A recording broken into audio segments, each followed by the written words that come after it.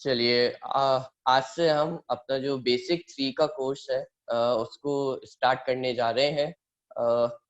मैं कोर्स अपना स्टार्ट करूं उससे पहले आप लोगों से मैं थोड़ा जानना चाहूँगा कि अ, आप लोग अभी तक क्या-क्या पढ़ चुके हैं? जैन दर्शन में आपने क्या-क्या पढ़ चुके हैं या कुछ ग्रंथों का आपने अध्ययन किया होगा। इससे पहले भी आप आरंभ पाठशाला में यदि जुड़े होंगे तो बेसिक 1, बेसिक 2 इस सब को भी आपने पढ़ा होगा। तो एक बार मैं जानना चाहता हूँ आप लोगों से कि आप लोग क्या-क्या पढ़ चुके हैं? तो जिससे आगे की क्लासेस में हमें प्रॉब्लम नहीं आएगी और उस हिसाब से मैं आगे की चर्चा अपन कर सकेंगे। प्रतीक जी, सबसे पहले आपने रिकॉर्डिंग ऑन किया है ना इस सेशन का? हाँ, रिकॉर्डिंग ऑन है। हाँ, okay, okay. Then I will pass on to anybody who wants to answer Prateek ji's question. Okay, anyone? Uday ji, I can see Uday ji. अ,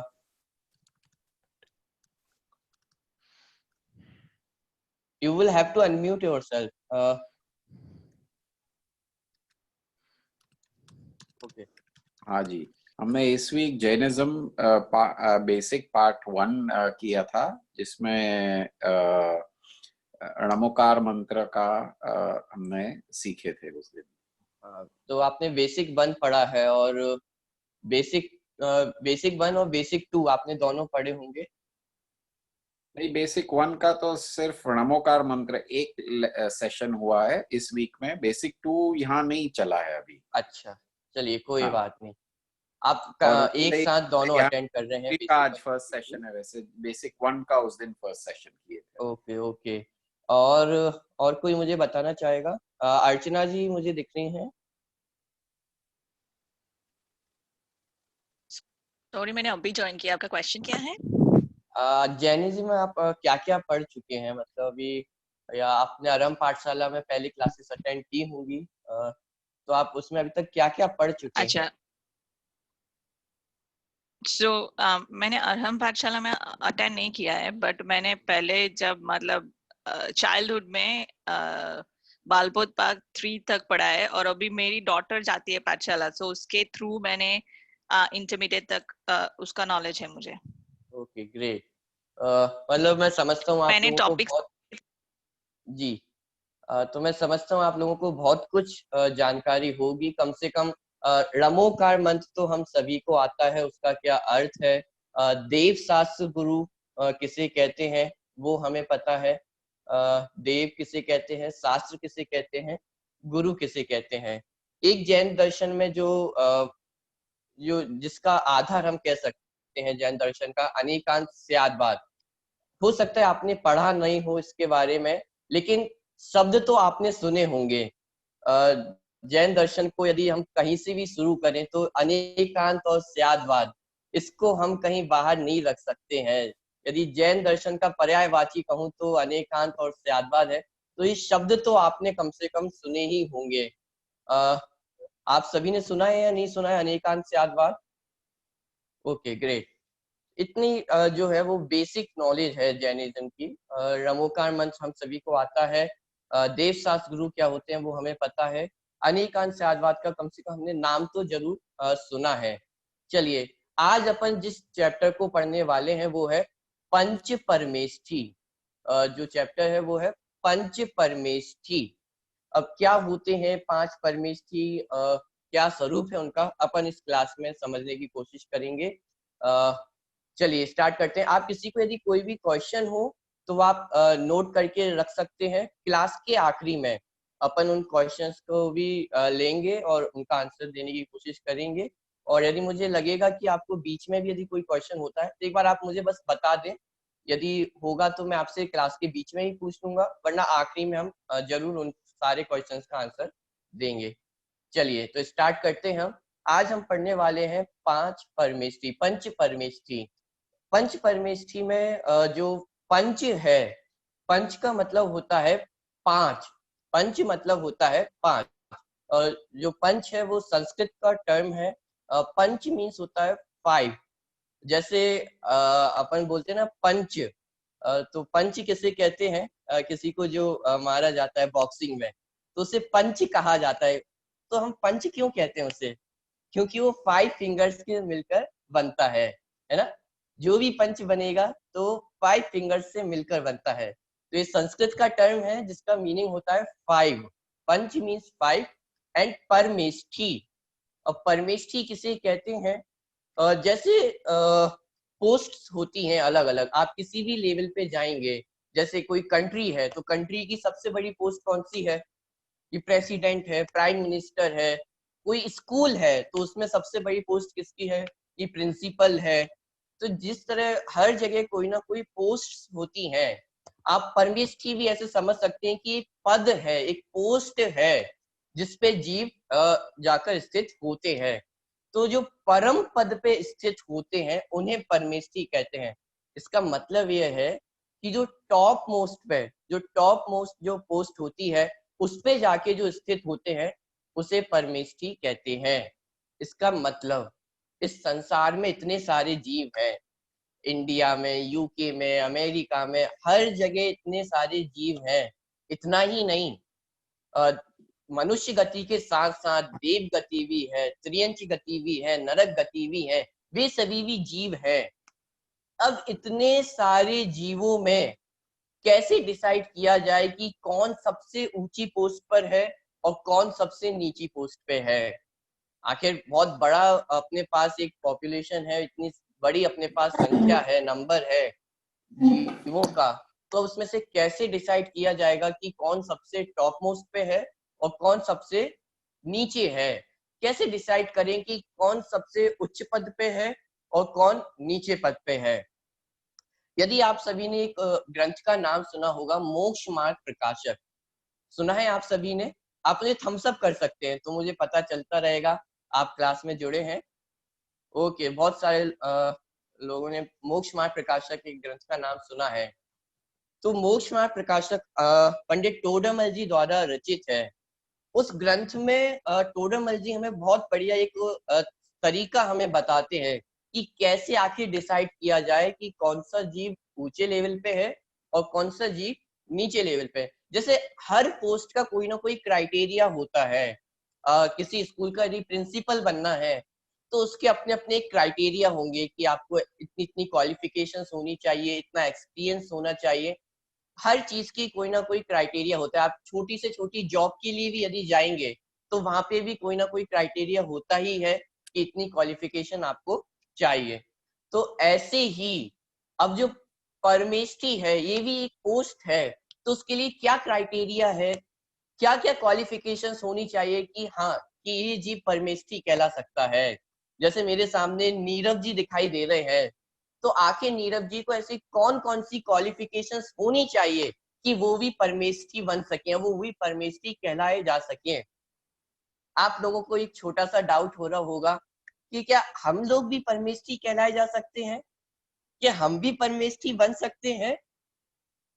भाई परमेष्ठी तो मतलब जो सबसे ऊंची पोस्ट पे हो, टॉप मोस्ट लेवल पे हो, और आप कह रहे हो कि आप भी बन सकते हो। और मुझे राज जी दिख रहे हैं, तो क्या राज जी भी परमेष्ठी बन सकते हैं? क्या मैं भी परमेष्ठी बन सकता हूँ?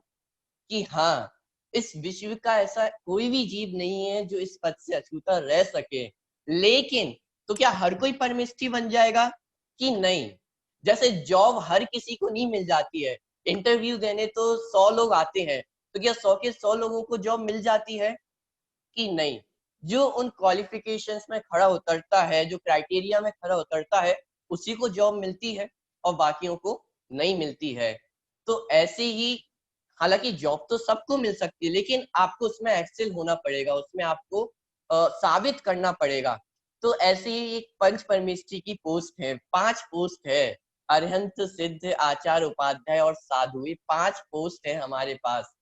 तो उनको प्राप्त करने की क्वालिफिकेशन क्या है? तो टोडरमल जी ने बहुत बड़ी अपने ग्रंथ में, जो मोक्ष मार्ग प्रकाशक ग्रंथ उन्होंने लिखा है, उसमें हमें बताया कि 2 क्राइटेरिया है इन 5 परमेष्ठी की पोस्ट को प्राप्त करने के। कितने क्राइटेरिया हैं? 2 क्राइटेरिया है। वो 2 क्राइटेरिया कौन कौन से हैं? ज्ञान और वैराग्य। 2 क्राइटेरिया कौन कौन से हैं? ज्ञान और वैराग्य। आप सभी को लिख भी सकते हैं, आप सभी अपने पास कॉपी पेन रख सकते हैं, आप ये नोट भी कर सकते हैं। मैं जानता हूँ बहुत अर्ली मॉर्निंग अपनी क्लास चल रही है, आपके यहाँ 7:30 लगभग टाइम हो रहा है, सुबह सुबह का टाइम है, लेकिन फ्रेश मूड है अपन सबका, तो आप उसको लिख भी ले तो आपको जल्दी याद भी होता चला जाएगा। चलिए, तो 2 क्राइटेरिया कौन कौन से हैं? ज्ञान और वैराग्य। वैराग्य को आप वीतरागता भी लिख सकते हैं, ज्ञान और वीतरागता, ठीक है, ये 2 क्राइटेरिया हैं इन पोस्ट को प्राप्त करने के। चलिए तो स्टार्ट करते हैं। वीतरागता मतलब जो राग द्वेष से रहित हो उसे कहते हैं वीतरागी। वीतरागता मतलब राग और द्वेष का अभाव होना। राग मतलब किसी वस्तु का अच्छा लगना और द्वेष मतलब किसी वस्तु का बुरा लगना। जैसे मुझे नहीं पता आपके यहाँ कौन सा सीजन अभी चल रहा है, जिग्नेश भाई कौन सा सीजन आपके यहाँ चल रहा है अभी? ऐसे तो समर होना चाहिए, मगर तो जनरली समर हो रहा है, अभी समर की तरफ बढ़ रहा अभी है। आपके यहाँ समर चल रहा है। मान लीजिए आपके घर का एसी खराब हो जाता है, बाहर बहुत ज्यादा टेम्परेचर हो रहा है, मान लीजिए 40 डिग्री 45 डिग्री टेम्परेचर है, आपके घर का एसी खराब हो चुका है, तो उस समय आपको क्या होता है? अंदर से आपको कैसा लगता है? थोड़ा थोड़ा गुस्सा आता है या नहीं आता है? बुरा लगता है या नहीं लगता है? वो एसी की तरफ हम देख देख के बार बार सोचते हैं कि आज ही के दिन खराब होना था इस एसी को भी, इतनी गर्मी का दिन है और आज ही सबसे ज्यादा जरूरत थी और आज ही खराब हो गया। तो गुस्सा आने लगता है हमें उस एसी पे ही, द्वेष आने लगता है, बुरा गुस्सा आने लगती है। तो ये जो बुरा लगना है इसे क्या कहते हैं? द्वेष। और राग किसे कहते हैं?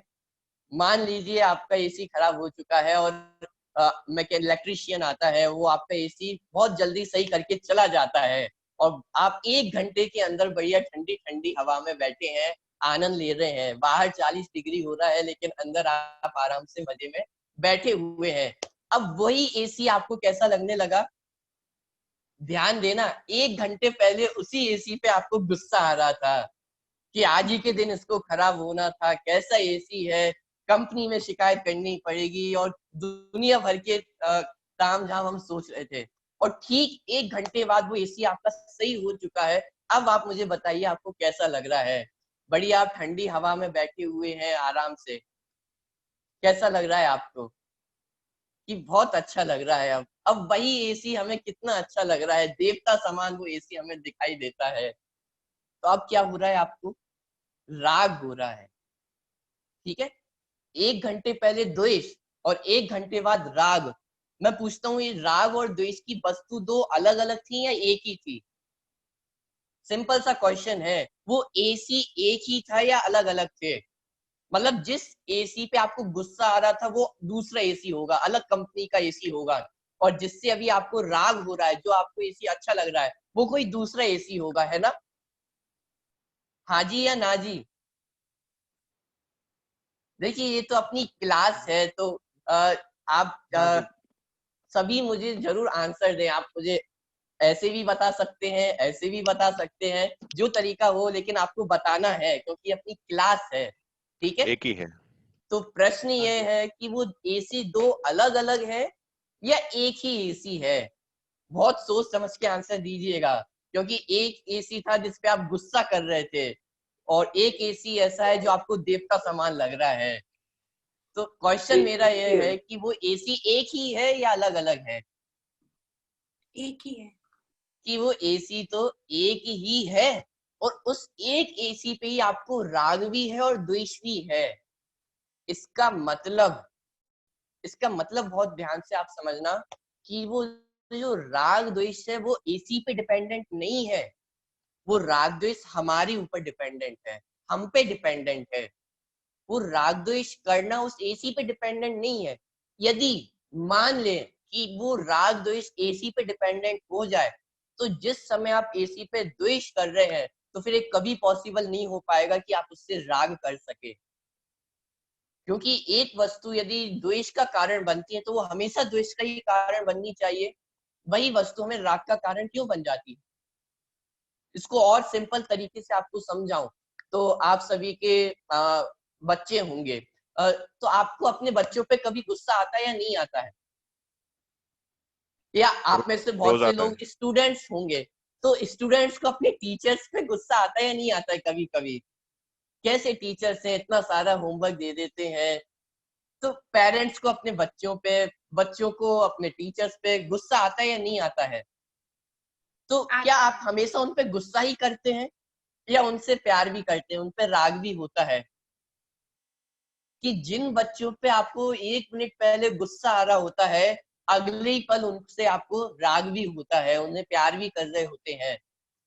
तो ध्यान देना, बच्चे तो वो ही है, टीचर तो वो ही है, लेकिन उसी एक टीचर से आप राग भी करते हैं और द्वेष भी करते हैं। तो मेरा क्वेश्चन ये है कि क्या वो टीचर राग द्वेष का कारण है या आप खुद उस राग द्वेष के कारण हो? आप खुद। क्वेश्चन समझ में आ रहा है आपको? पॉइंट समझ में आ रहा है आपको? इसका मतलब ये है कि इस दुनिया की एक भी चीज अच्छी नहीं है और एक भी चीज बुरी नहीं है, क्योंकि यदि कोई वस्तु अच्छी होती तो आप उससे कभी भी द्वेष नहीं कर सकते थे, और यदि कोई वस्तु बुरी होती तो आप उससे कभी राग नहीं कर सकते थे। लेकिन आप इस दुनिया में आप देखते हैं, आपके घर में जो कुछ भी है, कभी तो उन पे हमें गुस्सा आने लगता है और कभी हमें राग होने लगता है। तो इसका मतलब वो वस्तु राग द्वेष का कारण नहीं है। राग द्वेष के कारण कौन है? हम स्वयं हैं। और जो ऐसे राग द्वेष से रहित हो जाता है उसे क्या कहते हैं? बीतरागी। क्या कहते हैं उसे? बीतरागी। जो राग और द्वेष से रहित होता है उसे क्या कहते हैं? बीतरागी कहते हैं। पॉइंट क्लियर हो रहा है आप लोगों को? बीतराग का समझ में आई? चलिए, इसके बारे में अपन थोड़ी और चर्चा, जब अपन अत्यंत और सिद्ध परमेष्ठी के स्वरूप को समझेंगे तब इस पे मैं और थोड़ी सी चर्चा करने की कोशिश करूंगा। अभी मैं यहीं पर रुकता हूँ। तो बीत राग का आपको क्लियर हुआ? राग और द्वेष से रहित होना उसे क्या कहते हैं? बीत रागता। और ज्ञान, यहाँ पर ज्ञान का मतलब है सम्यक ज्ञान। ज्ञान का मतलब क्या है यहाँ पर? सम्यक ज्ञान। 2 क्राइटेरिया हमने देखे थे। जो पंच परमेष्ठी की पोस्ट है उसको प्राप्त करने के 2 क्राइटेरिया हमने देखे थे, ज्ञान और वैराग्य या वीतरागता। वैराग्य कहो, वीतरागता कहो, एक ही बात है। तो वीतरागता हम समझ चुके हैं, राग और द्वेष से रहित होना। राग मतलब अच्छा लगना और द्वेष मतलब बुरा लगना। तो जिन्हें ना कोई वस्तु अच्छी लगती है और ना बुरी लगती है उन्हें वीतरागी कहते हैं। इतना क्लियर है? अब दूसरे पॉइंट पे आते हैं, ज्ञान। यहाँ पर ज्ञान का मतलब है सम्यक ज्ञान, राइट नॉलेज। अब इसका मतलब क्या है? सम्यक ज्ञान मतलब क्या? कि सम्यक ज्ञान का मतलब यहाँ पर है कि जो ज्ञान सम्यक दर्शन के साथ होता है उसे सम्यक ज्ञान कहा जाता है। तो ये एक क्राइटेरिया है पंच परमेष्ठी की पोस्ट को प्राप्त करने का, कि आपको सम्यक ज्ञानी होना चाहिए और बीतरागी होना चाहिए। ठीक है? अब देखिए, 5 अलग अलग पोस्ट हैं, अरिहंत, सिद्ध, आचार्य, उपाध्याय और साधु। इसका मतलब हर पोस्ट की अलग अलग क्वालिफिकेशंस भी होंगी कुछ ना कुछ। तो हर पोस्ट की अलग अलग क्वालिफिकेशंस हैं, लेकिन एक जो जनरल क्वालिफिकेशन है वो क्या है? ज्ञान और वैराग्य। जैसे होता है ना कि यदि किसी जॉब को आपको प्राप्त करना है तो एक जनरल क्वालिफिकेशन क्या होगी कि आपको ग्रेजुएटेड होना चाहिए। एक जनरल क्वालिफिकेशन है कि आपकी ग्रेजुएशन कंप्लीट हो, लेकिन उसके बाद हर जॉब एक अलग अलग क्वालिफिकेशन है, हर जॉब अपना अपना एक अलग अलग क्राइटेरिया रखता है, तो उसको भी आपको क्लियर करना होता है। ऐसे ही 5 परमेष्ठी की पोस्ट को प्राप्त करने का एक जो जनरल क्वालिफिकेशन है वो है सम्यक ज्ञान और वीतरागता। ठीक है? ज्ञान और वैराग्य, सम्यक ज्ञान और वीतरागता, ये जनरल क्वालिफिकेशन है। अब इसके बाद हर पोस्ट के लिए, जैसे हम ले अरहंत परमेष्ठी, तो इस अरहंत पद को प्राप्त करने की एक अलग क्वालिफिकेशन होगी, सिद्ध पद को प्राप्त करने की अलग क्वालिफिकेशन होगी। ऐसे ही आचार्य, उपाध्याय और साधु, हर पद को प्राप्त करने की अलग अलग क्वालिफिकेशन होगी, जिसको हम आगे समझेंगे।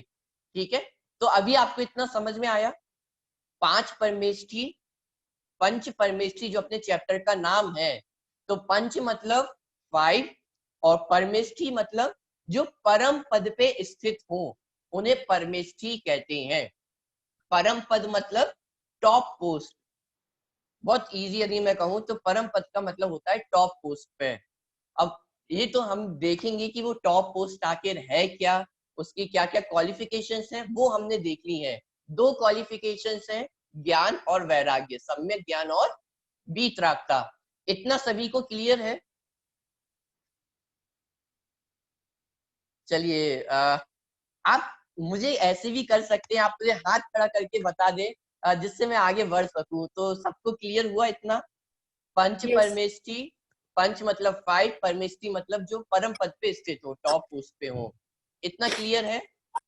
Yes. चलिए बहुत बढ़िया। तो अब अपन आगे बढ़ते हैं। पंच परमेष्टि इसको अपन ने समझ लिया है। आप लोगों को पता है हम पंच परमेष्टि को नमस्कार करते हैं, है ना? तो आप में से कभी किसी ने किया है पंच परमेष्टि को नमस्कार? जैसे अपन मंदिर जाते हैं, आप लोगों के यहाँ मंदिर है?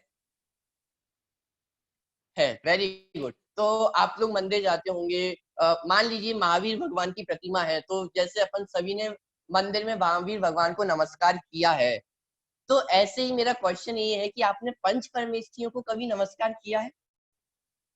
नमोकार मंत्र के थ्रू। ओके, एक आंसर हमें प्रीति जी ने बताया है कि रमोकार मंत्र के थ्रू पंच परमेष्ठी को नमस्कार किया है उन्होंने। और आप में से और किसी ने किया है पंच परमेष्ठी को नमस्कार? किया ना, तो साधु जी और आचार्य जी को करते हैं ना। Very good. अच्छा, कोई ऐसा है जिसने पंच परमेष्ठी को नमस्कार नहीं किया हो अभी तक? ऐसे तो उनके चलिए मैंने गुणों को क्वेश्चन नमस्कार बदल करते दिया हैं है। ना। जी एक और बार आप बोले। पंच परमेष्ठी के गुणों को नमस्कार करते हैं, करेक्ट? ओके, पंच परमेष्ठी के गुणों को नमस्कार करते हैं। मैं तो अभी सिर्फ इतनी बात कर रहा हूँ कि पंच परमेष्ठियों को नमस्कार किया या नहीं किया। कोई ऐसा तो नहीं है जिसने पंच परमेष्ठियों को नमस्कार नहीं किया हो? कि अरे हो सकता है आप क्वेश्चन की वजह से थोड़ा सा कंफ्यूज हो जाएं कि हमने महावीर भगवान को तो नमस्कार किया है, हमने मुनिराजों को तो नमस्कार किया है, लेकिन क्या पंच परमेष्ठियों को नमस्कार किया है या नहीं किया है? तो आप हो सकते हैं क्वेश्चन की वजह से थोड़ा कंफ्यूज हो जाएं, लेकिन आप निश्चिंत रहें, आप सभी ने पंच परमेष्ठियों को नमस्कार किया है और डेली करते हैं।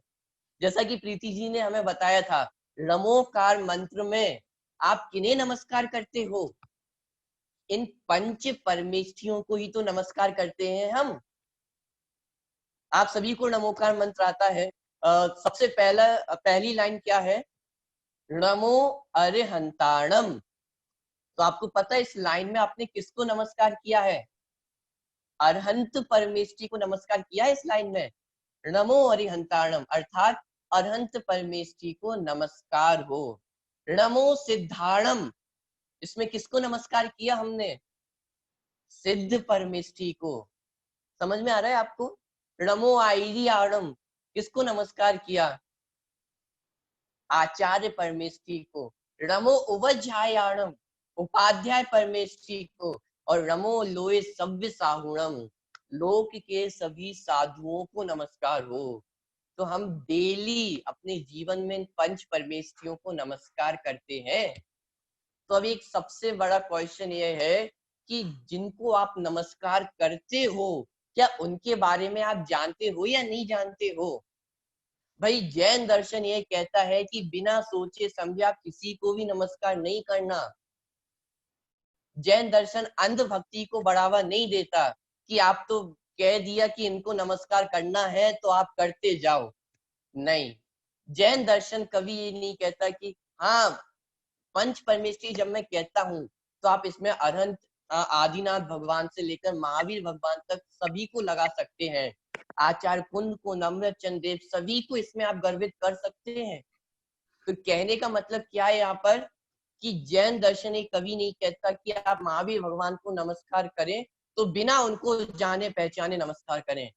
कि जैन दर्शन में कहा गया है ना महावीर भगवान को नमस्कार करना है तो बस करते जाओ, पूछो मत कि क्यों करना है। तो जैन दर्शन कभी नहीं कहता कि आप उनको बस नमस्कार करते जाओ। एक बार को भले ये चल जाएगा कि आप महावीर भगवान को नमस्कार ना करें, लेकिन अंध भक्ति से यदि आप नमस्कार करते हैं तो उसका कोई फल मिलने वाला नहीं है। हमारे जो आचार्य समन भट्ट देव हुए हैं, इतने बढ़िया बढ़िया उन्होंने स्तोत्र लिखे हुए हैं। देवागम स्तोत्र आपने सुना होगा, जिसमें वो देवों की परीक्षा करते हैं। जो जिनेंद्र भगवान है वो उनकी परीक्षा कर रहे हैं, महावीर भगवान की परीक्षा कर रहे हैं कि आप पूजनीय हो या नहीं हो। तो जैन दर्शन की एक परिपाटी है कि नमस्कार करने से पहले आप उनकी परीक्षा करें, आप उनके स्वरूप को जाने, क्योंकि यदि हम उनके स्वरूप को नहीं जानेंगे तो फिर अन्य देवी देवताओं को नमस्कार करने में और महावीर भगवान को नमस्कार करने में क्या अंतर रह जाएगा। हम जैन कुल में उत्पन्न हुए हैं तो महावीर भगवान को नमस्कार कर रहे हैं। यदि और कहीं उत्पन्न हुए होते, और कहीं जन्म हुआ होता, तो हो सकता है हम किसी अन्य देवी देवताओं को नमस्कार कर रहे होते। तो आखिर अंतर क्या हुआ? तो अंतर यह है कि हमें उनका स्वरूप जानकर, उनका स्वरूप को पहचान कर उनको नमस्कार करते हैं। हमें रीजन तो पता होना चाहिए कि आप डेली मंदिर जाते हैं, महावीर भगवान को नमस्कार करते हैं, तो यदि आपसे कोई पूछे कि आप उनको नमस्कार क्यों करते हो, तो आपके पास उसका रीजन है या नहीं है कि भाई हमारे यहाँ एक मंदिर बना हुआ है, मैं जैन कुल में उत्पन्न हुआ हूँ, मुझे छोटे से ये सिखाया गया है कि महावीर भगवान को नमस्कार करना चाहिए, तो क्या इसलिए हम महावीर भगवान को नमस्कार कर रहे हैं? कि नहीं, हम जैन कुल में उत्पन्न हुए हैं इसलिए महावीर भगवान को नमस्कार नहीं कर रहे हैं। उन्होंने परम पद को प्राप्त किया है, टॉप पोस्ट को प्राप्त किया है, इसलिए उन्हें नमस्कार करते हैं। पॉइंट क्लियर हो रहा है आपको? तो हम जिन जीवों को, जिन परमेष्ठियों को हम अपनी लाइफ में डेली नमस्कार करते हैं, तो उनका स्वरूप भी जानना बहुत जरूरी है। तो ऐसे हम जो 5 परमेष्ठी हैं उनके स्वरूप को हम यहाँ पर जानेंगे। ठीक है, तो पंच परमेष्ठी होते हैं। कितने परमेष्ठी होते हैं? पंच, मतलब 5 परमेष्ठी होते हैं। वो कौन कौन से हैं? अरहंत परमेष्ठी, सिद्ध परमेष्ठी, आचार्य परमेष्ठी, उपाध्याय परमेष्ठी और साधु परमेष्ठी। ये 5 परमेष्ठी होते हैं। ठीक है, अरहंत, सिद्ध, आचार्य, उपाध्याय और साधु। चलिए अब थोड़ा सा आगे बढ़ते हैं। डेफिनेशंस आपने लिख ली हैं। परमेष्ठी किसे कहते हैं? जो परम पद पे स्थित हो उन्हें परमेष्ठी कहते हैं। याद हुई डेफिनेशन आप सभी को? जो परम पद पे स्थित हो उन्हें परमेष्ठी कहते हैं। चलिए मैं किसी से ही पूछ सकता हूँ। ओके, चलिए मुझे कल्पक जी दिखाई दे रहे हैं। कल्पक जी आपको आवाज आ रही है मेरी? हाँ आ रही है। ओके, परमेष्ठी किसे कहते हैं? जो परम पद पे स्थित है उन्हें परमेष्ठी कहते हैं। वेरी गुड, जो परम पद पे स्थित है उन्हें परमेष्ठी कहते हैं। चलिए बहुत बढ़िया। कुछ लोगों की मुझे वीडियोस दिखाई नहीं दे पा रही हैं। यदि आप अपनी वीडियो ऑन करेंगे तो मैं आपसे भी क्वेश्चन पूछ सकूंगा, तो कोशिश करें। यदि आप वीडियो ऑन कर सकते हैं तो जरूर वीडियो को ऑन करें। चलिए, तो डेफिनेशन आपको याद हो चुकी है। जो परम पद पे स्थित हैं उन्हें क्या कहते हैं? परमेष्ठी कहते हैं। परम पद मतलब टॉप पोस्ट। परम पद मतलब टॉप पोस्ट, जो सबसे ऊंची पोस्ट है, जो सबसे ऊंचे पद है, उन्हें परमेष्ठी कहते हैं। ठीक है, अब इस पद को किसने प्राप्त किया है इसको अपन देखते हैं। तो सबसे पहले जो परमेष्ठी है उनका नाम क्या है? अरहंत परमेष्ठी। सबसे पहले परमेष्ठी कौन से हैं? अरहंत परमेष्ठी। तो अरहंत परमेष्ठी किसे कहते हैं इसके अपन डेफिनेशंस देखते हैं। मैं आप लोगों को एक पीडीएफ शेयर कर रहा हूँ यहाँ से, उसके माध्यम से हम आगे की जो पढ़ाई है उसको पढ़ेंगे। चलिए, पीडीएफ आप सभी को दिखाई दे रही होगी। पंच परमेष्ठी, ठीक है, आप सभी को दिखाई दे रहा होगा। हाँ दिखाई दे रहा है। चलिए आगे बढ़ते हैं। पंच मतलब 5, परमेष्ठी जो परम पद में स्थित हो। नाम हम देख चुके हैं, अरहंत, सिद्ध, आचार्य, उपाध्याय और साधु परमेष्ठी। 5 परमेष्ठी होते हैं। चलिए, तो सबसे पहले जो परमेष्ठी है उनका स्वरूप हम यहाँ पर देखते हैं। अरहंत परमेष्ठी का स्वरूप। चलिए रेडी हो जाए सभी। सबसे पहला पॉइंट है, जो गृहस्थ पना त्याग कर पहला पॉइंट क्या है? जो गृहस्थपना त्याग कर। सेकंड पॉइंट, मुनि धर्म अंगीकार कर। थर्ड पॉइंट, निज स्वभाव साधन द्वारा 4 घाती कर्मों का क्षय करके अनंत चतुष्टय रूप विराजमान हुए हैं। देखिए, थोड़ी सी हो सकता है आपको डेफिनेशन समझ में नहीं आ रही होगी, लेकिन इसको बहुत आसान तरीके से हम समझने की कोशिश करते हैं। एक बार आप डेफिनेशन देख लें, आप लिखना चाहें तो आप लिख भी लें अपनी कॉपी में। जो गृहस्थपना त्याग कर, मुनि धर्म अंगीकार कर, निज स्वभाव साधन द्वारा 4 घाती कर्मों का क्षय करके अनंत चतुष्टय रूप विराजमान हुए हैं। चलिए अपन वापस आ जाते हैं। 4 पॉइंट्स हैं, बहुत आसान पॉइंट्स हैं, हम बहुत जल्दी इनको समझ लेंगे। जो गृहस्थपना त्याग कर, सबसे पहला क्राइटेरिया क्या है? अनंत परमेष्टि अनंत पद को प्राप्त करने का सबसे पहला क्राइटेरिया गृहस्थपना का त्याग। जो गृहस्थपना त्याग करके, अभी गृहस्थपना का मतलब क्या होता है? आप सभी ने एक शब्द सुना होगा, घर गृहस्थी। अभी घर गृहस्थी मतलब क्या होता है कि जो स्थिति में आज हम सभी हैं उसे ही कहते हैं गृहस्थी। गृहस्थी मतलब जो घर में स्थित हो उसे गृहस्थ कहते हैं, और उससे रिलेटेड जितने भी काम होते हैं वो सब घर गृहस्थी कहलाती है। ठीक है, तो अपने सुबह से उठना, सुबह से उठ के काम करना, ऑफिस जाना, खाना खाना, बनाना, सोना, बच्चों को पढ़ाना, पालना, इतनी सारी जो एक्टिविटीज है उसे ही क्या कहते हैं? गृहस्थी कहते हैं। ठीक है, मतलब अपन सभी घरों में रहते हैं और घर से रिलेटेड अब जितने भी काम काज होते हैं उन्हें क्या कहते हैं? गृहस्थी कहते हैं। अब यहाँ पर एक पॉइंट था, जो गृहस्थपना त्याग कर। ध्यान देना, यहाँ पर पना शब्द का यूज किया गया है, गृहस्थपना। इस पना का मतलब क्या है कि उस घर गृहस्थी के प्रति राग द्वेष को छोड़कर। अभी अपन ने जो बात की थी वीतरागता की, आप सभी को याद है? अभी अपन ने 2 क्राइटेरिया देखे थे, वीतरागता और ज्ञान। तो यहाँ पर उस वीतरागता की बात की जा रही है। जब हमने ये बोला गृहस्थपना त्याग कर, गृहस्थपना त्यागने का मतलब है अपने घर के प्रति जो राग है उसको त्याग कर, अपने घर के प्रति जो द्वेष है उसको त्याग कर।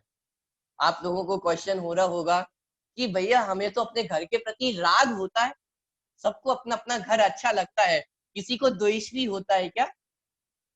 कोई ऐसा है जिसे अपना घर बुरा लगता हो, जिसे गुस्सा आता हो अपने घर के प्रति कि अरे हाँ, अपन को अपने घर के प्रति राग भी होता है और द्वेष भी होता है। कभी कभी हमें अपना ही घर बुरा भी लगने लगता है, कभी कभी वो घर हमें बहुत अच्छा भी लगता है। सिर्फ घर को ही नहीं, उस घर से रिलेटेड जितनी भी हमारी क्रिया है, जितनी भी एक्टिविटीज हैं, वो हमें कभी अच्छी लगती हैं, कभी बुरी लगती हैं।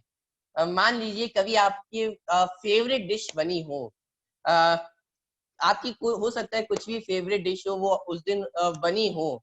अर्चना जी, आपकी फेवरेट डिश क्या है? पाव भाजी। ओके, पाव भाजी। मान लीजिए आपके घर में पाव भाजी बनी है, तो उस दिन क्या होगा? राग होगा। होगा या नहीं होगा? बहुत अच्छा होगा, बहुत अच्छा लगेगा कि अरे वाह, आज हमारे घर में पाव भाजी बनी है, फेवरेट डिश बनी हुई है, तो हमें राग होता है।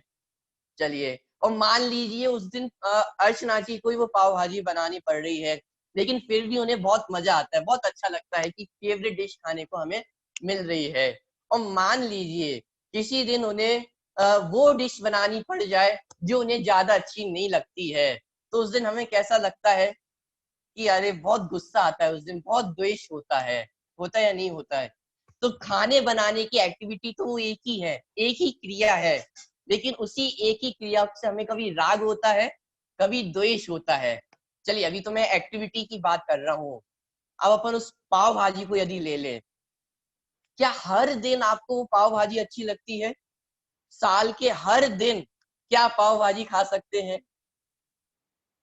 कि हो सकता है आज के दिन आपको बहुत मन कर रहा हो खाने का, और हो सकता है अगले ही दिन आपको बिल्कुल भी खाने का मन ना हो। कभी कभी तो ऐसा होता है कि अपनी जो फेवरेट डिश होती है वही कभी कभी हमें बहुत बुरी लगने लगती है। जैसे मैं खुद का एग्जांपल लूं कि छोटे में मीठा खाना बहुत अच्छा लगता था, लेकिन अब मीठा खाना बिल्कुल अच्छा नहीं लगता है। तो एक ही फूड, मिठाई है, कुछ भी डिश हो सकती है, कभी हो सकता है वो हमें बहुत अच्छी लगती है और कभी हो सकता है कि हम उसे देखना भी पसंद ना करें। तो यहाँ पर ध्यान देना, एक्टिविटी वही है, ऑब्जेक्ट्स वही है, सारी चीजें वही हैं, लेकिन उनके प्रति कभी राग होता है और कभी द्वेष होता है। उन्हीं बच्चों के प्रति हमें राग भी होता है और उन्हीं बच्चों को कभी पिटाई करने का मन भी होता है। कभी हमें स्कूल जाना अच्छा भी लगता है, जब मान लीजिए आपके स्कूल में कहीं घुमाने ले जा रहे हो, कोई कैंप लग रहा हो, तो हमें बहुत अच्छा लगता है स्कूल जाना। और जब होमवर्क दिया गया हो और आपने वो होमवर्क कंप्लीट ना किया हो, तो उस दिन क्या लगता है कि उस दिन आप पूरी कोशिश करते हो मम्मी पापा को मनाने की कि कैसे भी स्कूल ना जाना पड़े। तो स्कूल तो एक ही है, लेकिन कैंप वाले दिन अच्छा लगता है और होमवर्क वाले दिन बुरा लगता है। तो एक ही चीज से आपको राग भी है और द्वेष भी है। तो ये जो राग द्वेष है वो हमारे ऊपर डिपेंडेंट है। तो अनंत पद को प्राप्त करने का क्राइटेरिया क्या है, क्वालिफिकेशन क्या है, कि जो राग द्वेष है ना, उसका अभाव होना चाहिए। इसी का नाम है ग्रस्तपना का त्याग। जो ग्रस्तपना त्याग कर, फर्स्ट पॉइंट क्लियर हुआ आप सभी को? जो ग्रस्तपना त्याग कर, ठीक है, इसका मतलब यदि आपको सुबह सुबह उठ के ऑफिस जाना पड़ता है, तो बहुत बार हमें मन में लगता है कि क्या वो डेली रूटीन वही का वही है, ऑफिस जाओ, काम करो 12 घंटे, फिर घर पे आ जाओ, सो जाओ। तो ये आपको अच्छा लगता है या बुरा लगता है? कोई भी आप में से हो सकता है बहुत से लोग जॉब में होंगे। जिग्नेश भाई हमें बता रहे हैं, उन्हें कैसा लगता है जिग्नेश भाई? दोनों, किसी दिन अच्छा किसी दिन बुरा। किसी दिन अच्छा और किसी दिन बुरा लगता है। तो यहाँ पर क्या कह रहे हैं कि अनंत पद को प्राप्त करने के लिए वो ना अच्छा लगना चाहिए और ना बुरा लगना चाहिए। देखो, बुरा तो लगना ही नहीं चाहिए, लेकिन यहाँ पर क्या कहा जा रहा है कि वो अच्छा भी नहीं लगना चाहिए। द्वेष से तो रहित होना ही है, लेकिन उस राग से भी रहित होना है। तो ये जो गृहस्थपना त्याग कर, मान लीजिए आप बहुत सारे लगभग 3-4 महीनों से लगातार ऑफिस ऑफिस से घर, ऑफिस से घर, ये चल रहा है आपकी लाइफ में, और 4 महीने बाद आपको 5 दिन की हॉलीडेज मिली है, छुट्टी मिली है, और मान लीजिए कंपनी की तरफ से आपको हॉलीडेज मिली है और आपको कहीं भी घूमने का ऑफर मिला है, तो बताइए आपको कैसा लगेगा? 4 महीने के हेक्टिक शेड्यूल के बाद 5 दिन को आपको एकदम फ्री, सारे काम से रहित, घर के भी सारे कामों से फ्री, आप जहां घूमना चाहें पूरी दुनिया में, वो कंपनी आपको प्रोवाइड करेगी फैसिलिटी सारी। कैसा लग रहा है आपको? बहुत अच्छा लगता है हमें कि लाइफ में कभी तो एक बार ऐसा मौका मिले कि सारी टेंशन से रहित होके कहीं घूमने चले जाए हम। लेकिन यहाँ पर क्या कहा जा रहा है कि अरहंत पद को प्राप्त करने का क्राइटेरिया है कि मान लो आपको 5 दिन की ऐसी हॉलीडेज मिल भी जाए, तो भी उनके प्रति राग ना हो। काम मुश्किल है थोड़ा, क्योंकि हमें बहुत आसानी से किसी के प्रति द्वेष हो जाता है, किसी के प्रति राग हो जाता है। लेकिन जितनी बड़ी पोस्ट होगी तो उतनी बड़ी मेहनत भी तो होगी। यदि आपको बड़ी पोस्ट पे पहुंचना है तो उसके लिए उतनी मेहनत भी करनी होगी। तो मैं ये कह रहा हूँ कि आपको दुनिया की भले ही अच्छी से अच्छी कोई चीज मिल जाए, तो भी उसके प्रति राग ना हो, और दुनिया में आपको मुसीबतों पे मुसीबतें आए, लगातार कुछ ना कुछ बुरा होता जाए, लेकिन फिर भी द्वेष ना हो। तो ये क्राइटेरिया है किसका? अरहंत पद को प्राप्त करने का। तो फर्स्ट पॉइंट क्लियर हुआ आप सभी को? जो गृहस्थपना त्याग कर, ठीक है, फर्स्ट पॉइंट क्लियर है? आगे बढ़ू मैं? चलिए एक बार मुझे आप बता दें, उदय जी, मैं आगे बढ़ सकता हूँ? चलिए, थैंक यू। तो फर्स्ट पॉइंट आपको क्लियर हुआ, जो गृहस्थपना त्याग कर, ठीक है। आगे बढ़ते हैं। जो गृहस्थपना त्याग कर मुनि धर्म अंगीकार कर।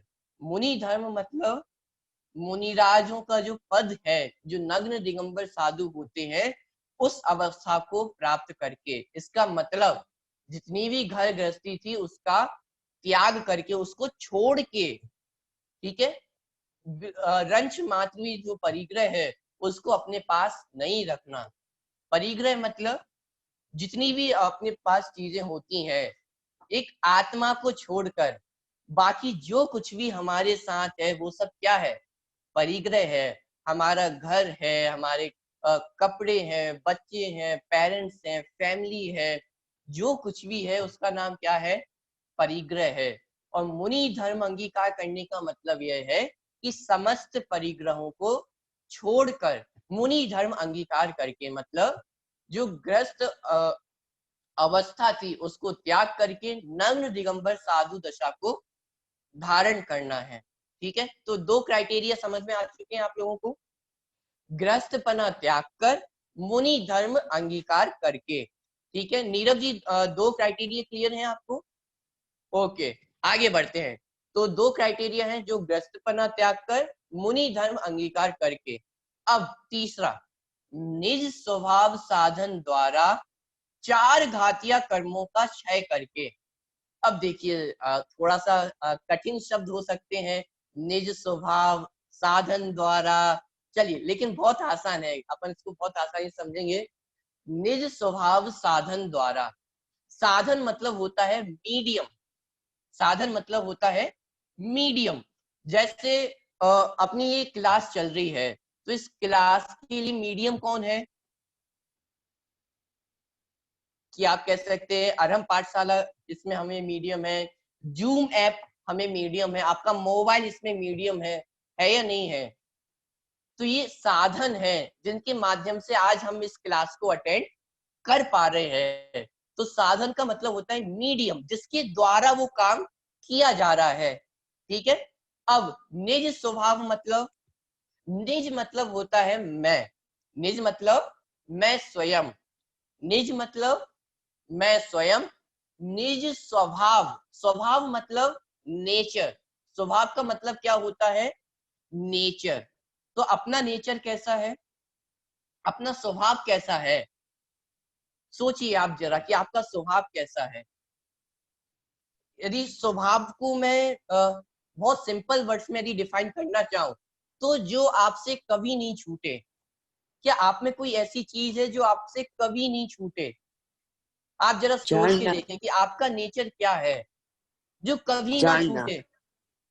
जानना देखना, जानना देखना, चलिए एक आंसर मेरे पास आया है, जानना देखना। और आपकी नेचर क्या है?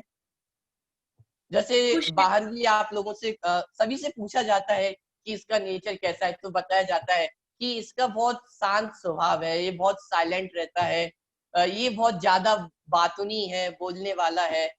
तो ऐसे आप लोगों के भी अलग अलग नेचर होंगे। तो मेरा क्वेश्चन ये है कि आप अपनी नेचर बता सकते हैं, आपका स्वभाव कैसा है, आपका नेचर कैसा है? चलिए, तो एक आंसर मेरे पास आया है, ज्ञान दर्शन अपना स्वभाव है। और किसी का इसके अलावा कोई और स्वभाव? चर्मी जी, आपका आवाज आ रही है मेरी? हाँ, आप अनम्यूट कर सकते हैं अपने आप को। चलिए, तो आपका नेचर कैसा है, आपका स्वभाव क्या है? To know everything. To know everything. Okay, इसके अलावा और कुछ? खुश रहना। खुश रहना, चलिए बहुत बढ़िया, खुश रहना अपना नेचर है। और शांत स्वभाव, शांत स्वभाव। और चलिए, तो मेरे पास बहुत सारे आपने बताए हैं, इतने सारे आपके नेचर हैं, स्वभाव है, जानना देखना है, खुश रहना है, ये सारे नेचर है। यदि नेचर को सिंपल वर्ड्स में बताया जाए तो जो हमारा साथ कभी ना छोड़े उसका नाम क्या है? नेचर है, स्वभाव है। तो हमारा स्वभाव क्या है? जानना देखना। हमारा स्वभाव क्या है? जानना देखना।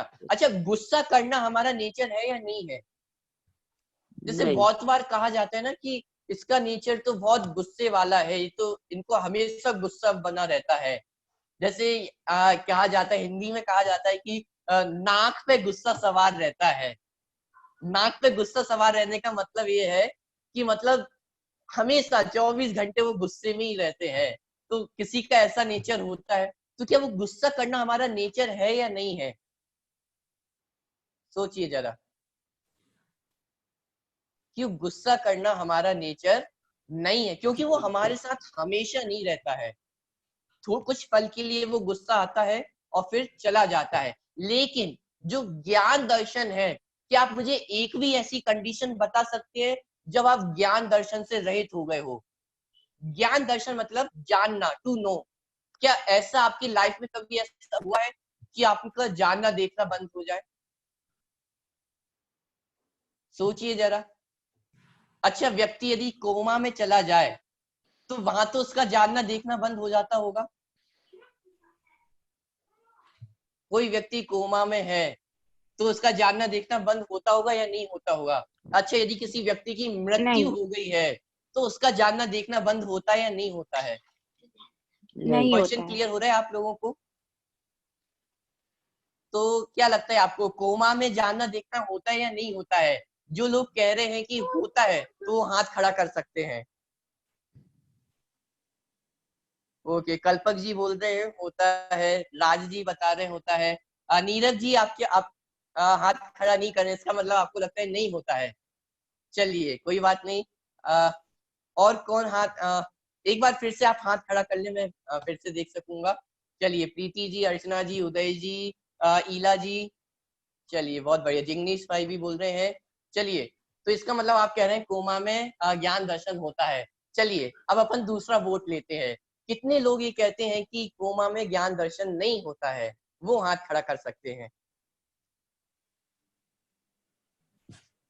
अरे चलिए, चली जी थोड़ा थोड़ा कंफ्यूज है, पूरा हाथ खड़ा नहीं हो रहा है। चलिए कोई बात नहीं। ओके, दर्शिका जी, हाँ दर्शिका जी भी कह रही हैं कोमा में नहीं होता है ज्ञान दर्शन। रश्मिन जी, आपका क्या कहना है?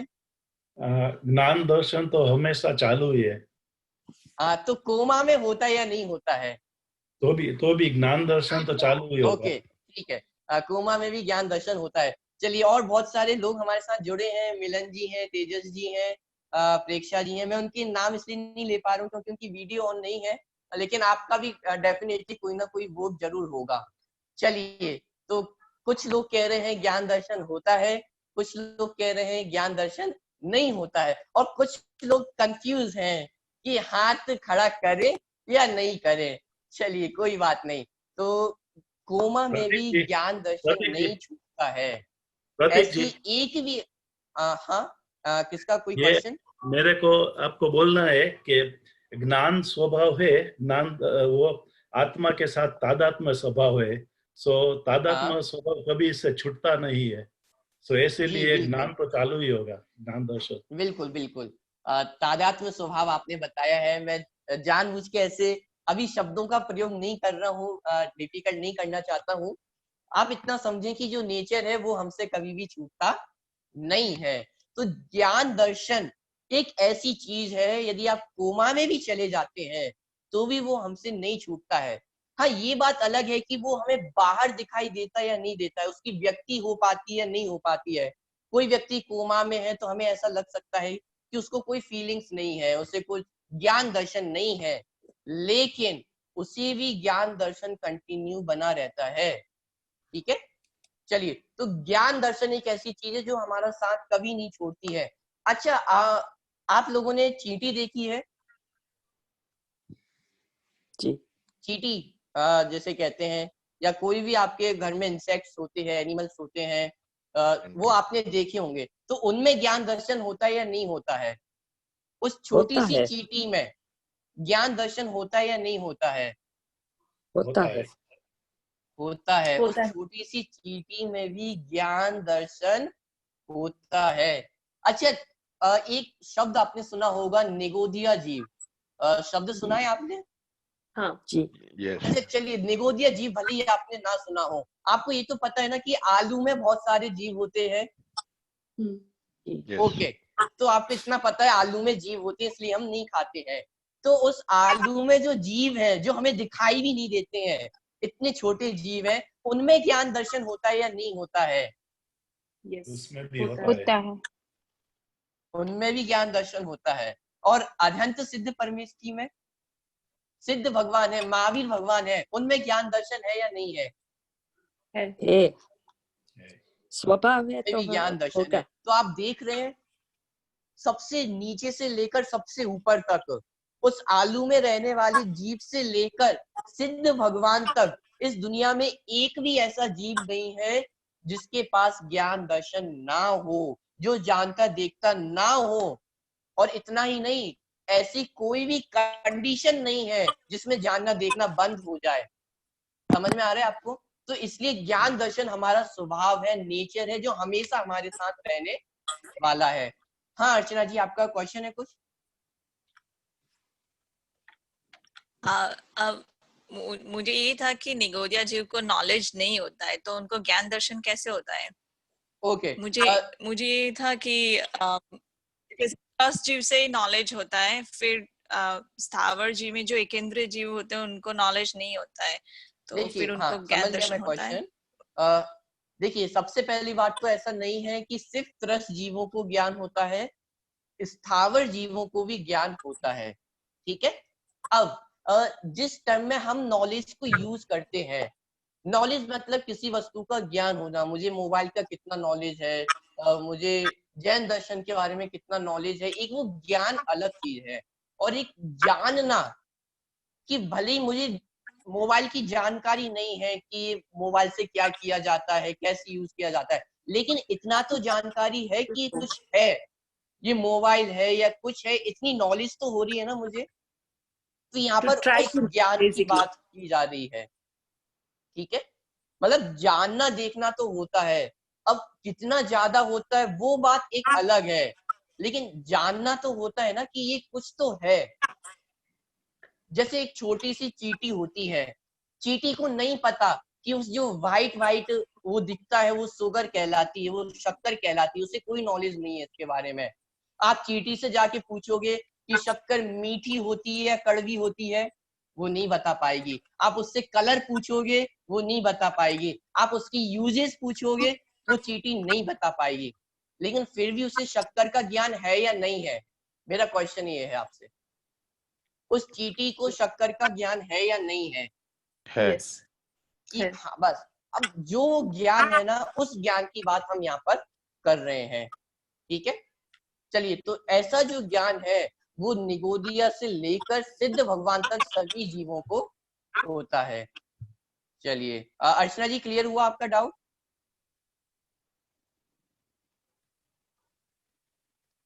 चलिए, मुझे आवाज नहीं आ पा रही है उनकी। मुझे एक क्वेश्चन है।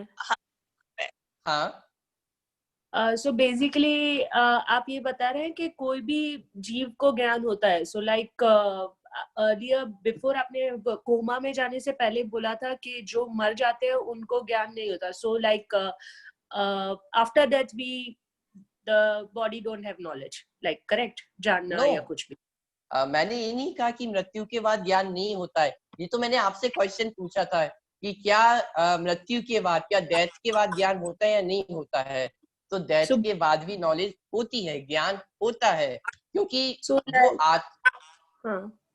क्योंकि जो आत्मा है उसकी कभी मृत्यु होती नहीं है। तो ज्ञान तो वहां पे भी निरंतर बना रहता है। ठीक है, हाँ, ये बात अलग है कि जैसे मैं अभी हूँ, तो मुझे अभी के मुझे अपने मम्मी पापा का नाम पता है, मुझे अपनी फैमिली के बारे में पता है।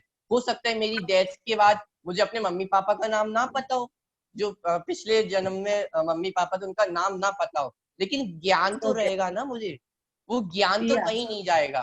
ठीक है, और थोड़ा सा आपको डिस्टिंग्विश करना पड़ेगा, और एक जो नॉलेज है और एक जो ज्ञान है, मैं उस ज्ञान की बात कर रहा हूँ जिसके थ्रू आप जानते हैं।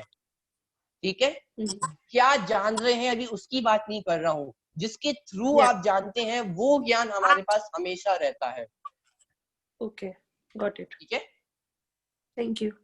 चलिए, तो वो जो ज्ञान है वो हमारा स्वभाव है, क्योंकि वो हमारे साथ हमेशा रहता है। तो पॉइंट क्लियर हुआ। जो टर्म था हमारा निज स्वभाव, निज स्वभाव मतलब मेरा स्वभाव, मेरा जो ज्ञान दर्शन स्वभाव है। यदि आप लोगों क्लास के स्टार्टिंग में जुड़े थे तो हमने एक पाठ किया था, मैं ज्ञानानंद स्वभावी हूँ। याद आ रहा है आपको कुछ? हमने क्लास के स्टार्टिंग में एक पाठ किया था, मैं ज्ञानानंद स्वभावी हूँ। तो इस पाठ में क्या बताया गया है कि मेरा नेचर कैसा है, मेरा स्वभाव कैसा है कि ज्ञानानंद, ज्ञान और आनंद करना मेरा स्वभाव है, नेचर है। ठीक है, तो अब क्या होता है, निज स्वभाव साधन द्वारा, मतलब अपने नेचर के थ्रू, अपने नेचर के माध्यम से, अपने ज्ञानानंद स्वभाव के माध्यम से, साधन मतलब माध्यम, वाया, किसके माध्यम से, कि अपने माध्यम, अपने स्वभाव के माध्यम से, साधन से, निज स्वभाव साधन द्वारा क्या होता है कि 4 घातीय कर्मों का क्षय होता है। पॉइंट क्लियर हो रहा है आपको? 4 घातीय कर्मों का क्षय होता है। कर्म किसे कहते हैं, कर्म क्या होते हैं, इनकी चर्चा अपन आगे की क्लासेस में करेंगे, इसलिए मैं अभी इसको ज्यादा नहीं ले रहा हूँ। 4 घातीय कर्मों का क्षय होता है अपने निज स्वभाव के आश्रय से, निज स्वभाव के माध्यम से क्या होता है, 4 घातीय कर्मों का अभाव होता है। कर्म आप बेसिकली ऐसा समझ लें कि जिनके कारण हम मुक्त नहीं हो पाते हैं, जिनके कारण हम लिबरेशन को प्राप्त नहीं कर पाते हैं, उन्हें कर्म कहते हैं। वो 8 प्रकार के होते हैं। उन 8 में से अभी 4 की बात हम कर रहे हैं। ठीक है, तो निज स्वभाव साधन द्वारा 4 घातीय कर्मों का क्षय करके, ठीक है, 4 कर्म घातीय कहलाते हैं और 4 कर्म अघातीय कहलाते हैं। बहुत अभी मैं ज्यादा डीप में नहीं जाऊंगा इसमें, आप सिर्फ इतना समझ लें 8 प्रकार के कर्म होते हैं। 8 प्रकार के कर्मों में 4 है घातीय, मतलब 4 कर्म घातीय कहलाते हैं और 4 कर्म अघातीय कहलाते हैं। ठीक है, तो अभी घातीय कर्मों की यहाँ पर बात हो रही है कि निस्वभाव साधन द्वारा 4 घातीय कर्मों का क्षय करके, मतलब उनका नाश करके, उनको आत्मा से दूर करके, वो 4 कर्म अभी अपने आत्मा में है, अपने आत्मा से बंधे हुए हैं। तो अपने स्वभाव का आश्रय करने से क्या होगा कि वो जो घातीय कर्म है वो आत्मा से दूर हो जाएंगे। पॉइंट क्लियर हो रहा है आपको? निज स्वभाव साधन द्वारा 4 घातीय कर्मों का क्षय करके अनंत चतुष्टय को प्राप्त हुए हैं। अनंत चतुष्टय मतलब चतुष्टय, चतुष्टय मतलब 4। तो कुछ 4 ऐसी चीजें प्रकट होती हैं। वो 4 चीजें कौन कौन सी प्रकट होती हैं? अनंत दर्शन, अनंत ज्ञान, अनंत सुख और अनंत वीर्य। अनंत दर्शन मतलब अब वो अनंत को देख सकते हैं, इतनी पावर उनमें है। अनंत ज्ञान, अनंत को जानने की ताकत उनमें है, अनंत ज्ञान। अनंत सुख, जिस सुख का कभी अंत ना आए, ऐसा सुख अब उन्हें प्राप्त हो जाता है। और अनंत वीर्य, अनंत शक्ति उनमें आ जाती है। एक छोटा सा, चलिए अभी की क्लास को हम यहीं पर इतना ही अभी रखते हैं, अनंत परमेष्टि के स्वरूप को। बाकी जो 4 परमेष्टि का स्वरूप है उन्हें हम नेक्स्ट क्लास जो संडे को उसमें हम समझेंगे। तो अभी सिर्फ यहीं तक अपनी क्लास को रखते हैं। अनंत परमेष्टि आपको समझ में आया? त्याग कर, मुनि धर्म अंगीकार कर, निज स्वभाव साधन द्वारा 4 घातीय कर्मों का क्षय करके अनंत चतुष्टय रूप विराजमान हुए हैं, उन्हें अनंत परमेष्टि कहते हैं। थोड़ी बड़ी डेफिनेशन हो गई है, लेकिन आप टेंशन ना लें, बहुत आसान परिभाषा है और बहुत आसानी से आप याद भी कर सकते हैं। ठीक है, 4 पॉइंट्स में आप उन्हें डिवाइड कर लेंगे तो आपको याद करने में आसानी होगी। चलिए तो यहीं पर हम अपनी क्लास को पूरा करते हैं। यदि मैं आपको होमवर्क दूं तो आपको कोई प्रॉब्लम तो नहीं है? नहीं, होमवर्क दे सकता हूं मैं आपको? चौकस। अरे हाजी या नाजी? हाँ हाजी। चलिए नहीं तो आप ऐसा सोचो कि कहाँ आप होमवर्क में फंसा रहे हो। पहले स्कूल में होमवर्क करना पड़ता था, ऑफिस का इतना सारा काम रहता है और आप भी होमवर्क दे दो। चिंता मत करिए आप, मैं बहुत छोटा होमवर्क दूंगा, कोई आपको कठिन ऐसा होमवर्क नहीं दूंगा। एक छोटा सा होमवर्क है। अभी हमने अनंत चतुष्टय की बात की थी, अनंत दर्शन, अनंत ज्ञान, अनंत सुख और अनंत वीर, राइट? याद हुए आपको ये 4 नाम? आप चाहें तो अपनी कॉपी में भी लिख लें, क्योंकि इससे रिलेटेड ही कुछ होमवर्क मैं आपको देने वाला हूँ। अनंत दर्शन, अनंत ज्ञान, अनंत सुख और अनंत वीर्य। ठीक है, अनंत दर्शन अनंत को जानना, अनंत ज्ञान अनंत को जानने की सामर्थ्य, अनंत सुख मतलब जिस सुख का कभी अंत ना आए, और अनंत वीर्य मतलब अनंत शक्ति आ जाना, ताकत आना। ठीक है, ये 4 चीजें आपको क्लियर हैं। अब मेरा होमवर्क इतना है कि आपको ये बताना है कि जो चौथा चतुष्टय है, जो अनंत वीर्य है, अनंत शक्ति, उसकी क्या उपयोगिता है। अनंत शक्ति की क्या उपयोगिता है कि भाई मुझे समझ में आता है अनंत दर्शन, अनंत ज्ञान। अनंत ज्ञान मतलब जो सब कुछ जान सके। तो आखिर यदि कोई अनंत परमेष्ठी है, भगवान बन रहा है, तो इतनी तो उसमें पावर होगी कि सबको जान सके। तो अनंत दर्शन, अनंत ज्ञान, अनंत सुख, ये 3 चीजें तो बहुत आसानी से समझ में आ जाती हैं कि भाई जो सबसे ऊंची पोस्ट पे है उसे ये चीजें तो होनी ही चाहिए। लेकिन अभी अनंत शक्ति, ये अनंत वीर, इसको अलग से क्यों रखा गया है। भाई इतनी ताकत तो ऑलरेडी आई गई है उनमें, अनंत को जानने की ताकत है, अनंत को देखने की ताकत है, अनंत सुख उन्हें है, तो अब अलग से उन्हें अनंत वीर की क्या जरूरत है, ये अनंत शक्ति की अलग से क्या जरूरत है। क्वेश्चन क्लियर हो रहा है आप सभी को। 4 चतुष्टय में जो आखिरी चतुष्टय है अनंत वीर, अनंत शक्ति, उसकी उपयोगिता आपको बतानी है। आप पॉइंट्स लिख सकते ये आप इसमें फिजिकल शक्ति की बात कर रहे हैं, फिजिकल की वो मेंटल शक्ति भी हो सकती है। देखिए फिजिकल शक्ति, उन्हें शरीर तो होता, जो अनंत परमेष्ठी उन्हें शरीर होता है, तो उनके हम फिजिकल स्ट्रेंथ भी ले सकते हैं और मेंटल स्ट्रेंथ दोनों ले सकते हैं।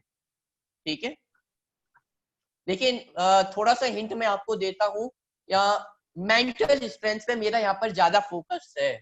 आप इस एंगल से भी आप सोचने की कोशिश करेंगे तो ज्यादा अच्छा होगा। आप दोनों एस्पेक्ट ले सकते हैं, फिजिकल स्ट्रेंथ भी ले सकते हैं, मेंटल स्ट्रेंथ भी ले सकते हैं।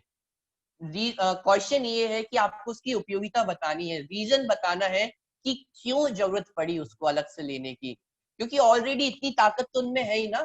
अनंत ज्ञान है, अनंत सुख है, अनंत दर्शन है, इतनी सारी ताकत तो ऑलरेडी उनमें है। देवता आके उनकी सेवा करते हैं, मतलब सब कुछ उनकी व्यवस्था करते हैं। तो इसके बाद ये अनंत शक्ति की क्या जरूरत है, क्या उपयोगिता है, इतना सा आपको सोचना है और पॉइंट्स आप लिख सकते हैं। नेक्स्ट क्लास में मैं आप लोगों से इसके बारे में पूछूंगा। ठीक है, ओके।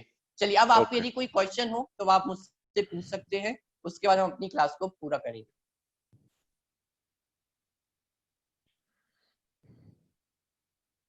चलिए, आप पीडीएफ शेयर करने वाले हैं? हाँ, मैं पीडीएफ आपको शेयर कर दूंगा पंच परमेष्ठी की। चलिए, तो किसी को कोई क्वेश्चन नहीं है? ओके, तो टॉपिक आज का जो हमने समझा है वो आपको पूरी तरह से समझ में आया। आज हमने सिर्फ स्टार्टिंग की है, इसलिए ज्यादा मैं एक साथ बहुत आगे नहीं बढ़ रहा हूँ, धीरे धीरे अपन आगे बढ़ेंगे। और आज हमने सिर्फ पंच परमेष्ठी का मतलब क्या है, पंच परमेष्ठी को हम कैसे नमस्कार करते हैं वो हमने जाना है, और पंच परमेष्ठी के क्या क्राइटेरिया है उनको हमने समझा है, और अनंत परमेष्ठी की जो डेफिनेशन है उसको हमने समझा है।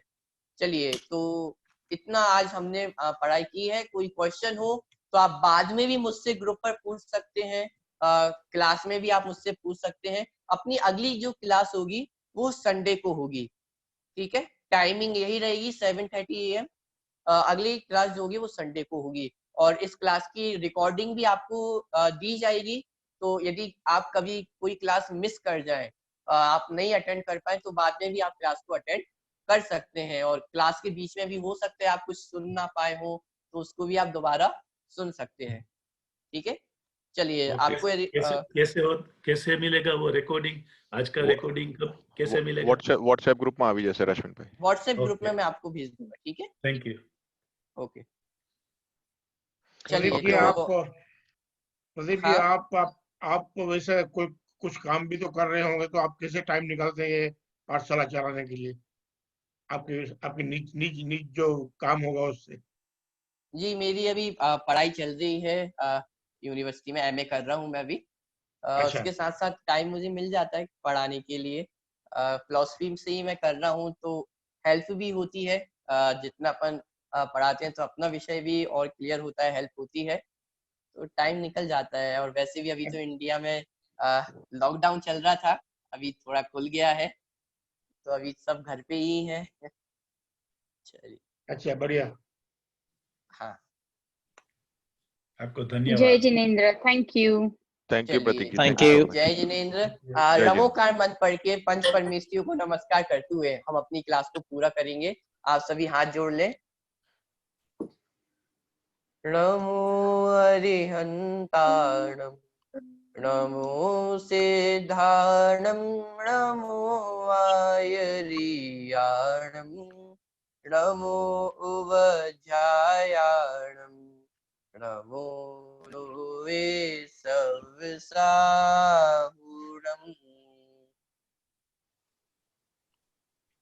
चलिए, जय जिनेन्द्र आप सभी को। जय जय जिनेन्द्र। जिनेन्द्र। जय जिनेन्द्र। जय जिनेन्द्र।